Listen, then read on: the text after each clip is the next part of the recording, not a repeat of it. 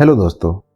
अब तक तो आप जानते होंगे कि रसिया और यूक्रेन का वॉर शुरू हो चुका है, पर यह आखिर नौबत आई क्यों? यह युद्ध अचानक शुरू नहीं हुआ, इसकी जड़ें बहुत गहरी हैं। आज के वॉर को समझने के लिए हमें यह समझना पड़ेगा कि शुरुआत कैसे हुई। तो चलिए शुरू करते हैं। सबसे पहली बात आपको ये समझना होगा कि आखिर रसिया और यूक्रेन कॉन्फ्लिक्ट का कारण क्या है। इसके प्राइमरीली दो रीज़न हैं। यूक्रेन स्ट्रैटेजिक व्यू से बहुत ही इंपॉर्टेंट है रसिया के लिए। आप मैप से ही अंदाजा लगा सकते हैं कि यूक्रेन कैसे एक साइड से रसिया और दूसरी साइड से यूरोप से घिरा हुआ है। यूरोप जिसके बहुत से देश नाटो के सदस्य हैं, नाटो जिसका लीड अमेरिका करता है। और दूसरा बड़ा रीजन है कि रसिया और यूक्रेन के बीच सीमा विवाद आज से नहीं बल्कि दशकों से चला आ रहा है। अभी तक तो हम सभी जानते हैं कि क्रीमिया जो पहले यूक्रेन का ही पार्ट हुआ करता था, अब रसिया का कब्जे में है। यूक्रेन के दो रीजन डोनेट्स्क और लुहांस्क, ये दोनों रीजन मिलकर डोनबास रीजन का निर्माण करते हैं। इतिहास में चलते हैं। यूक्रेन सोवियत यूनियन का पार्ट हुआ करता था। 1991 के बाद यूक्रेन यूएसएसआर से अलग हुआ और 24 अगस्त 1991 को इंडिपेंडेंट कंट्री डिक्लेयर हुआ। एग्जाम्पल के तौर पे हम इंडिया और पाकिस्तान को ले सकते हैं। जिस प्रकार पाकिस्तान एक अलग देश होते हुए भी इंडिया का ही एक पार्ट रहा है और उसकी आज जो भी कल्चरल और सोशल रूट हैं वो इंडिया के ही हैं, उसी प्रकार यूक्रेन का सोशल और कल्चरल रूट रसिया है। यूक्रेन में भी रसियन ही बोली जाती है, खासकर ईस्टर्न पार्ट में जो रसिया से सटा हुआ है। जाहिर ही है किसी भी दो देश के बॉर्डर से सटे इलाके ऑलमोस्ट सेम होते हैं, जहाँ पर लैंग्वेज और कल्चरल चीजें सेम होती हैं। इसलिए यूक्रेनियन एथेनिसिटी के बाद रसियन एथेनिसिटी ज्यादा पाई जाती है। ज्यादातर देखा गया है कि बॉर्डर से सटे इलाके दूसरे देश से प्रभावित होते हैं, जो कि जन्म देते हैं सेपरेटिस्ट और आर्म्ड ग्रुप को। वैसे ही ईस्टर्न यूक्रेन में प्रो रसियन की उपस्थिति ज्यादा है, जो कि रिबेल्स या सेपरेटिस्ट कहलाते हैं। रसियन बोले जाने वाली यूक्रेन के ईस्टर्न पार्ट को रसिया सपोर्ट करता रहा है। अब अगर जियोपॉलिटिकल की पॉइंट ऑफ व्यू से देखा जाए तो इसको कह सकते हैं कि इस पार्ट में बोली जाने वाले रसियन लोग जो कि प्रो रसियन हैं, उनको नेचुरली रसिया सपोर्ट करेगा। यूक्रेनियन और रसियन कल्चर ऑलमोस्ट सेम है। माइनर डिटेल्स हैं जो कि नजदीक से देखी जाए तभी पता चल सकता है। महज 30 साल पहले ये दोनों देश एक ही थे। इन दोनों के कल्चर में कुछ ज्यादा डिफरेंस नहीं है। अब बात यह है कि यूक्रेनियन लोग यूक्रेन को तो अपना देश मानते हैं ही, लेकिन साथ में जो ईस्टर्न पार्ट जहाँ पे प्रो रसियन एक्टिविटी है और वहाँ के लोगों को यूक्रेनियन लोग पसंद नहीं करते। तो यूक्रेन के हिसाब से ये प्रो रसियन जो कि रसिया को सपोर्ट करते हैं वही रिबेल्स या सेपरेटिस्ट हैं। लेकिन आखिर ये शुरू कब हुआ, इसको समझने के लिए हम थोड़ा और हिस्ट्री में चलते हैं। यूक्रेनियन प्रेसिडेंट व्लोदिमीर ज़ेलेंस्की 2019 में इलेक्ट हुए। इनके पहले प्रेसिडेंट थे पीटर पोरोशेंको, जिनका टर्म 2014 से 2019 तक था। इनके पहले 2010 से 2014 के बीच प्रेसिडेंट थे विक्टर यानुकोविच। पर हम प्रेसिडेंट क्यों गिना रहे हैं? क्योंकि हिस्ट्री समझने के लिए हमें हिस्ट्री के इंपॉर्टेंट पर्सन्स को भी मेंशन करना होगा। ये 3 प्रेसिडेंट जो हमने अभी गिनाए उनको मिला के 1 डेकेड तक टर्म रहा। अभी तक कुल 7 प्रेसिडेंट को यूक्रेन देख चुका है, लेकिन ज्यादातर कॉन्फ्लिक्ट हमने जो भी अभी 3 प्रेसिडेंट गिनाए उन्हीं के टर्म में हुए हैं। कॉन्फ्लिक्ट समझने के लिए अब यूक्रेन के थोड़ा पॉलिटिकल पार्टीज के बारे में जानते हैं। अभी तक यूक्रेन में 3 कैटेगरी की पॉलिटिकल पार्टीज रही हैं। फर्स्ट कैटेगरी पार्टी जो कि प्रो वेस्टर्न, प्रो नाटो और EU है। बेसिकली ये पार्टी लिबरल डेमोक्रेसी और एंटी रसियन कल्चर की है। यूक्रेन के second category party pro Russian है। ये लोग रसियन कल्चर से बहुत प्यार करते हैं, यूरोपियन यूनियन को डिस्पाइज करते हैं और साथ में यूएस को भी सपोर्ट करते हैं। थर्ड कैटेगरी पार्टी है जो कि प्रो रसिया और प्रो सोवियत यूनियन है। ये पार्टी अपना ज्यादातर ध्यान लोकल और रीजनल एरिया पर देती है। पॉलिटिकल साइंस में इसी को आइडियोलॉजी ऑफ रीजनलिज्म कहा गया है। ये पार्टी महज 5-6 साल पुरानी है।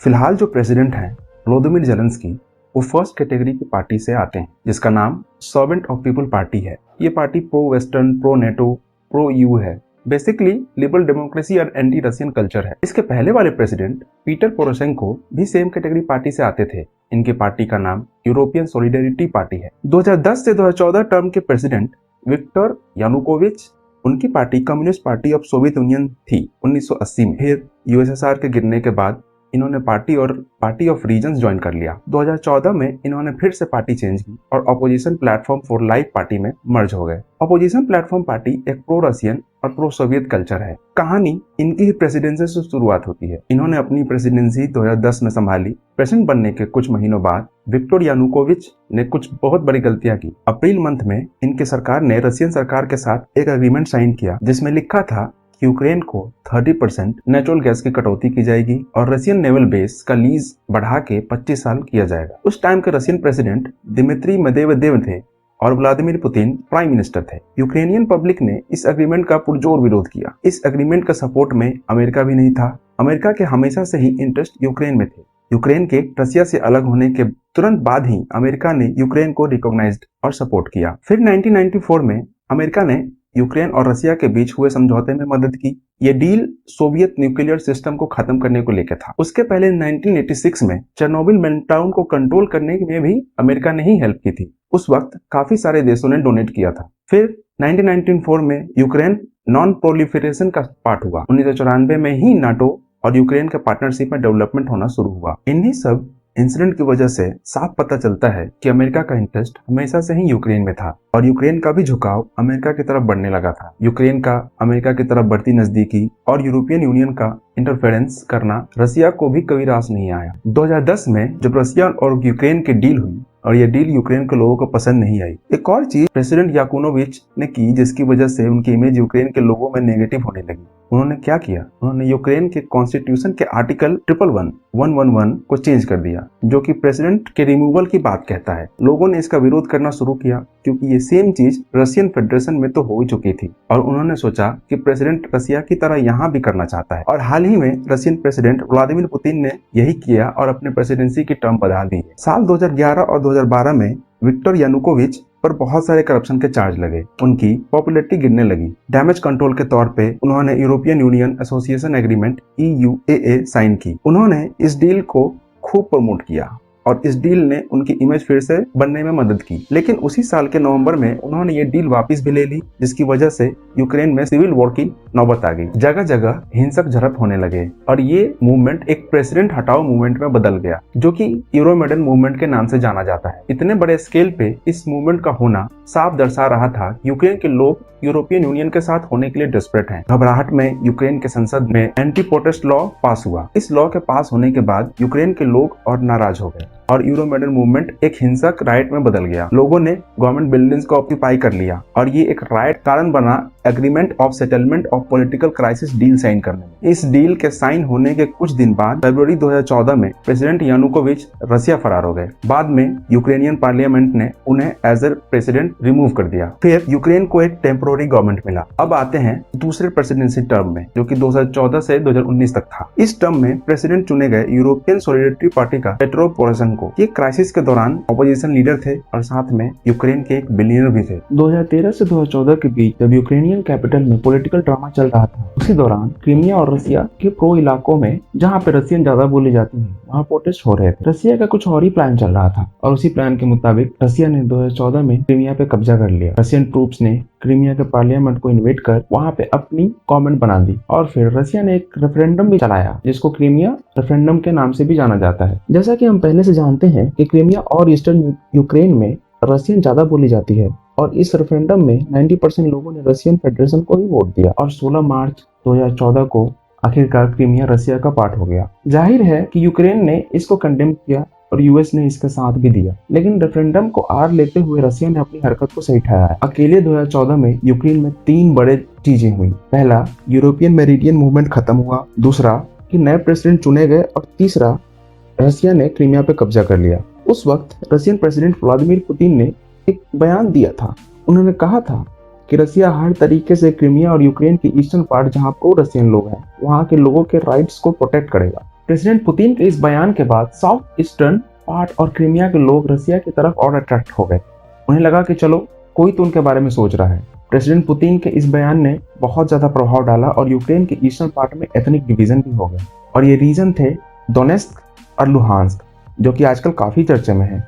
इन दोनों रीजन को डोनबास रीजन भी कहा जाता है। इन दोनों रीजन में आए दिन सेपरेटिस्ट और यूक्रेनियन मिलिट्री के बीच झड़प होते रहते हैं। जाहिर सी बात है कि सेपरेटिस्ट को रशिया बैक कर रहा था। ऐसा कहा जाता रहा है कि रशिया डोनबास रीजन के सेपरेटिस्ट को आर्म्स और एम्यूनिशन सप्लाई करता आ रहा है और रशिया इस बात को डिनाई करता आ रहा था। कई बड़े न्यूज के अकॉर्डिंग रिबल्स के पास ना तो बस छोटे मोटे हथियार थे, बल्कि उनके पास सरफेस टू एयर मिसाइल्स भी थे, जिसकी मदद से रेबल्स ने 2014 में एक यूक्रेनियन प्लेन को भी मार गिराया था। इस इंसिडेंट ने इंटरनेशनल क्राइसिस को जन्म दिया, जिसमें यूरोपियन यूनियन और यूएस एक साइड थे और दूसरी साइड था अकेला रसिया। 5 सितंबर 2014 को फ्रांस, जर्मनी, रसिया और यूक्रेन ने सीज फायर एग्रीमेंट किया, जो अब मिन्स्क एग्रीमेंट के नाम से जाना जाता है। जर्मनी और फ्रांस OSCE, जो कि Organization for Security and Cooperation in Europe को रिप्रेजेंट करते हैं, इनके साथ रसिया और यूक्रेन ने भी एग्रीमेंट साइन किया, लेकिन डोनबास रीजन में सीज फायर उल्लंघन हुआ और ये एग्रीमेंट फेल हो गया। फिर से 2015 में मिन्स्क 2 एग्रीमेंट साइन की गई। अनफॉर्चुनेटली ये भी फेल हुआ। इसके फेल होने के कुछ मेन रीजंस थे। क्या थे? पहला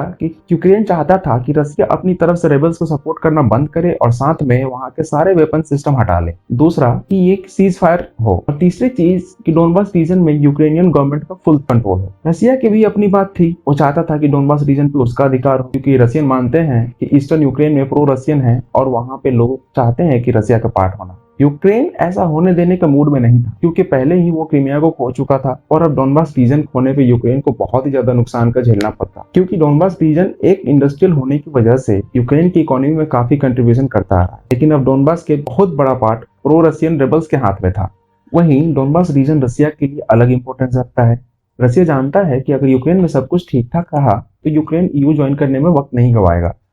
रसिया ये भी जानता था जब तक रेबल्स और सेपरेटिस्ट का रेबल चलता रहेगा तब तक यूक्रेन का यूरोपियन यूनियन ज्वाइन करना मुश्किल है। इसलिए दोनों देशों के बीच मिन्स्क एग्रीमेंट फेल हुए और कुछ खास बदलाव नहीं आया। कभी कभार दोनों देश सीज फायर करते थे, लेकिन उसका फिर उल्लंघन हो जाता था कुछ दिनों में। अभी तक की स्टोरी 2014-2019 तक थी, प्रेसिडेंट पेट्रो पोरोशेंको के टर्म में। अब आते हैं 2019 में। 21 अप्रैल 2019 को यूक्रेन के नए प्रेसिडेंट चुने गए, व्लोदिमीर जेलेंस्की, और अक्टूबर में स्टाइनमर फॉर्मूला एग्री करने के ऐलान करते हैं, जो कि एक शांति का प्रस्ताव है और ये formal German president Frank Walter Steinmeier ने दिया था। इस फॉर्मूले के अकॉर्डिंग यूक्रेन अपने डोनबास रीजन को सेल्फ गवर्निंग स्टेटस देना होगा और इलेक्शन करवाना होगा, पर यह करने से पहले यूक्रेन की कुछ शर्तें थी कि रसिया डोनबास रीजन से सारे हैवी वेपनरी सिस्टम हटा ले और अपने ट्रूप्स को भी वापस करे और सीज फायर भी हो, और उसके बाद ही लोकल इलेक्शन होंगे।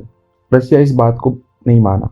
उसने कहा पहले इलेक्शन करवाया जाए और ऑटोनॉमी दी जाए इन दोनों रीजन को, क्योंकि लुहांस्क और डोनबास हैं। यूक्रेन का रसिया का बात मानना काफी रिस्की था, क्योंकि उसे पता था कि अगर हमने ये बात मानी तो डोनेस्क और लुहांस्क रीजन को खो देगा। तो यहाँ पे स्टाइनमर फॉर्मूला भी फेल हो गया, क्योंकि डोनबास रीजन में प्रो रशियन पार्टीज एक्टिव रहती थी। तो यहाँ पे वैसे भी यूक्रेन का जीतना इलेक्शन वाइज मुश्किल था। डोनबास रीजन का अनसेटल होना यूक्रेन के डोमेस्टिक अफेयर्स को भी बुरी तरह प्रभावित करता आ रहा था। महज पिछले 8 साल में ही ये दोनों रीजन रसिया के इन्फ्लुएंस में प्रो रशियन रीजन में पूरी तरह तब्दील हो गए थे। यहाँ पर अगर इलेक्शन होते तो प्रो यूक्रेनियन पार्टी कभी जीत ही नहीं सकती थी। अब आते हैं डायरेक्ट कन्फ्रंटेशन की, जो कि पूरी दुनिया जानती है कि रसिया की फायर पावर के आगे यूक्रेन का जीतना इम्पॉसिबल है। रसिया को कन्फ्रंट करने के लिए यूक्रेन को नाटो की हेल्प लेनी पड़ेगी। और सोचने वाली बात है, यूक्रेन को लेकर इतना कंसर्न रहने वाले EU और US ने अभी तक अपनी ऑर्गेनाइजेशन का पार्ट क्यों नहीं बनाया? इसके भी कुछ रीजंस हैं। EU ने अभी तक यूक्रेन को मेंबरशिप शायद इसलिए नहीं दी कि एक बार EU का पार्ट हो जाने के बाद यूक्रेन की बहुत बड़ी आबादी यूरोप की तरफ माइग्रेट करेगी, जो EU नहीं चाहता था। और नेटो की मेंबरशिप नहीं मिलने का रीजन था कि US और EU को अच्छी तरह पता था कि रसिया ऑलरेडी यूक्रेन में पहुंच गया है, और नेटो का मेंबर बनाने का मतलब है रसिया के साथ डायरेक्ट कॉन्फ्रंटेशन, मतलब नेटो को अपनी मिलिट्री डिप्लॉय करना होगा और एक फुल फ्लेजर वॉर होने की पूरी संभावना, जिसमें कि US को भी भारी नुकसान झेलना पड़ सकता था। और US ने अभी हाल ही में अफगानिस्तान छोड़ा है, इसलिए यूक्रेन को नेटो का पार्ट बना के रसिया से वॉर अफोर्ड नहीं कर सकता। ये तो थी रसिया और यूक्रेन की कॉन्फ्लिक्ट की अभी तक की हिस्ट्री। इस साल मतलब 2022 में क्या हो रहा है? पिछले कुछ महीनों में रसिया ने अपनी आर्म फोर्सेस यूक्रेन के बॉर्डर पे लाकर खड़ी कर दी थी, तो वॉर होने के कयास लगाए जाने लगे। फिर भी एक्सपर्ट्स ने कहा कि Russian military just showing its strength. बयानबाजी चलती रही। US, EU, रसिया और यूक्रेन के लीडर्स ने अपनी अपनी बातें कही। इसी बीच 22 फरवरी के पहले प्रेसिडेंट पुतिन लाइव आए और काफी लंबा चौड़ा भाषण दिया कि कैसे यूक्रेन की जड़ें रसिया की है, यूक्रेन रसिया का पार्ट है, और साथ में ये भी कहा कि कोई भी देश इंटरफेयर ना करे, नहीं तो भारी कॉन्सिक्वेंसेस झेलने पड़ेंगे। और फिर 22 फरवरी तक तो आप सब जान चुके होंगे कि रसिया ने यूक्रेन के डोनबास रीजन को इन्वेड कर दिया है और यूक्रेन को 3 पार्ट में डिवाइड कर दिया है। पुतिन ने डिक्लेयर किया कि लुहांस्क और डोनेस्क अब इंडिपेंडेंट कंट्री है और इनके यूक्रेन की आर्मी से प्रोटेक्ट करना अब रसिया की रिस्पॉन्सिबिलिटी है। अभी तक इन दोनों कंट्री को इंटरनेशनली बस रसिया ने रिकॉग्नाइज किया है, लेकिन फ्यूचर में pro Russian countries like Syria, Venezuela भी कर लेंगे। इसके बाद UK एंड US ने रसिया पर सैंक्शंस लगाने शुरू किए। इस इन्वेजन की वजह से US के जितने डिप्लोमेट थे उन्होंने यूक्रेन छोड़ दी। आज के हालात ये हो चुके हैं कि अब इन्वेजन अब लुहांस्क और डोनेस्क तक नहीं रहा, बल्कि अब रशियन मिलिट्री यूक्रेन की कैपिटल पर अटैक कर रही है। युद्ध अब सही मायनों में शुरू हो चुका है। और यूक्रेन को हेल्प कहीं से नहीं मिल रही। जगह जगह से फुटेज आ रही हैं कि यूक्रेन के एयर बेसिस पर और नेवल बेसिस पर बैलिस्टिक मिसाइल दागे जा रहे हैं। इसमें ज़्यादा नुकसान तो यूक्रेन को हो ही रहा है, लेकिन साथ में रसिया को भी नुकसान झेलना पड़ रहा है। रसिया यूक्रेन को डिमिलिटराइज करना चाहता है और रशियन फोर्सेस का सामना यूक्रेन की फोर्सेस कर रही हैं। पर हम सब जानते हैं कि रसिया की आर्म फोर्सेस कितनी पावरफुल है। यूक्रेन को वेस्ट की तरफ से जो फायर पावर मिली है, रसिया उसको डिस्ट्रॉय करना शुरू कर चुका है। 24 फरवरी के शाम तक यूक्रेन की आर्मी ने रजिस्ट किया और यूक्रेन ने 5 रशियन फाइटर जेट्स और 1 हेलीकॉप्टर शॉट डाउन कर दिया। और रसिया ने क्लेम किया है कि यूक्रेन के एयर बेसिस और एयर डिफेंस को डिस्ट्रॉय कर दिया है। यूक्रेन प्रॉपर फाइट दे रहा है अपनी तरफ से। उन्होंने कहा है कि यूक्रेन इतनी आसानी से रसिया के हाथ में नहीं आएगा, हम खुद को डिफेंड करेंगे। इसी बीच यूएस ने बाल्टन कंट्रीज का एक देश लातविया है, वहां अपने 40 यूएस ट्रूप्स भेजे हैं। लातविया का बॉर्डर सेंट पीटर्सबर्ग से बहुत नजदीक है। तो दोस्तों, यहाँ तक थी यूक्रेन और रसिया की कॉन्फ्लिक्ट की कहानी। अभी तक जो भी हमारे पास न्यूज़ आ रही हैं हम आपको पहुंचाते रहेंगे। उम्मीद है आपको कहानी पसंद आई होगी। अगर आपको पसंद आई है तो लाइक एंड सब्सक्राइब करना ना भूलें। मिलते हैं नेक्स्ट वीडियो में। जय हिंद।